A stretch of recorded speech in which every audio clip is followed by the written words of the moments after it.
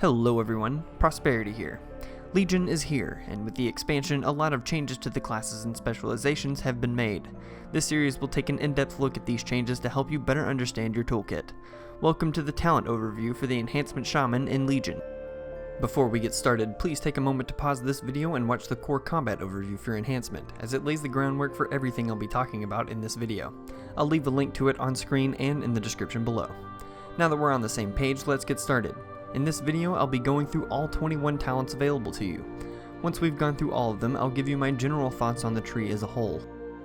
Let's get started with the first tier at level 15. Taking Windsong gives you the ability on a 45-second cooldown that deals a hefty amount of nature damage to your target and enhances your weapons for 20 seconds to increase your attack speed by 35%.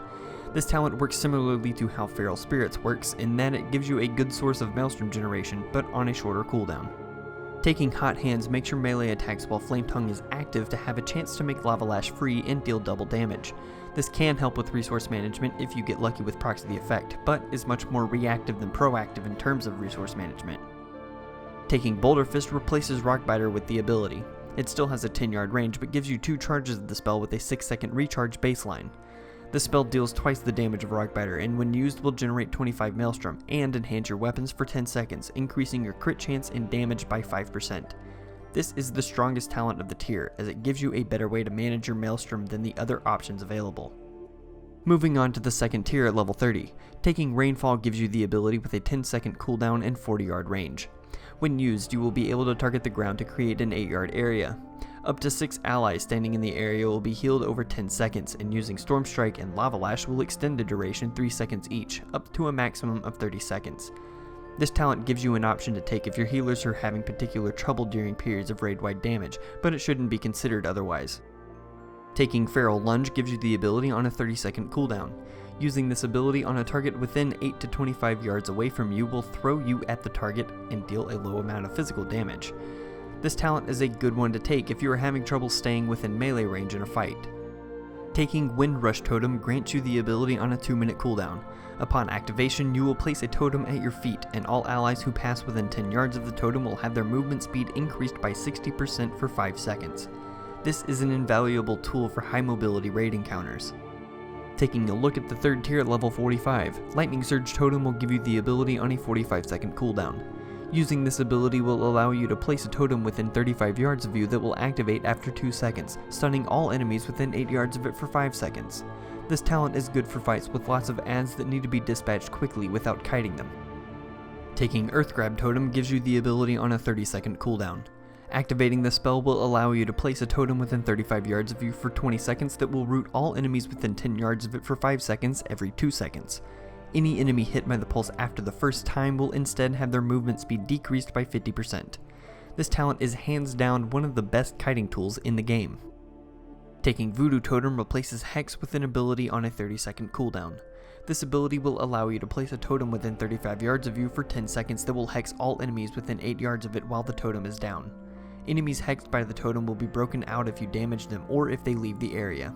This talent is the strongest crowd control effect of the tier, but has limited use in raids. Let's move down to the fourth tier at level 60. Taking Lightning Shield gives you the ability. It's instant cast and has no cooldown, and when activated gives you a buff for 1 hour that causes you to deal nature damage when you deal or take melee damage. This talent is good for solo content, but since you will most likely never have aggro while in a group, it's not recommended for group content. Taking Ancestral Swiftness simply increases your haste by 10%. This talent is a great talent to take if you do not have enough haste on your gear to get you to the soft cap of around 17%. If you are around there, this talent isn't very useful. Taking Hailstorm causes your Frostbrand's enhancement to also make your weapons deal additional frost damage. This effect is the most reliable source of damage in this tier, so as long as you're near the haste soft cap, this talent should be your go-to choice. Moving on to the 5th tier at level 75, taking Tempest will cause your Stormbringer passive to affect the next 2 Storm Strikes. This talent can be used to increase your burst potential, but completely depends on your ability to generate Maelstrom effectively. You'll need to sit at around 80 Maelstrom consistently to make the most out of this talent.